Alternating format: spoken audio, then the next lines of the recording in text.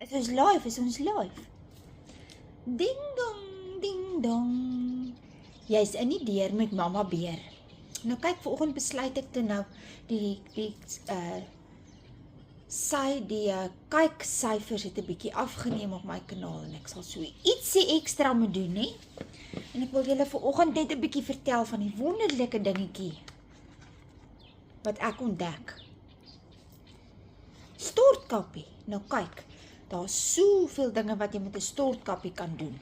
Man, ek vir jou sê dis die wonderlikste ding sins bytpens. Eerstens natuurlik. Nou die ou stortkappietjie uitgehaal het en jy het nou lekker gebly waar jy is en jy wil nou huis toe gaan. Maar jou waslap is nat, nie? Jou waslap is nat. Vat jy nou die ou waslappie en jy vul hom op en jy sit hom in die stortkappie. Voilà! Jy kan nou die ou stortkappietjie vat, velskoene, so sole, wat jy nie wil in die tas het. Nee, geen probleem nie, vat hom en jy sit vol daaroor. Voilà. En natuurlik laastens nie,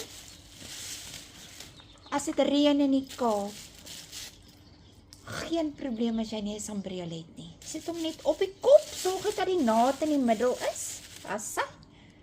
En daar's jy gewax. So dit was dan van my af.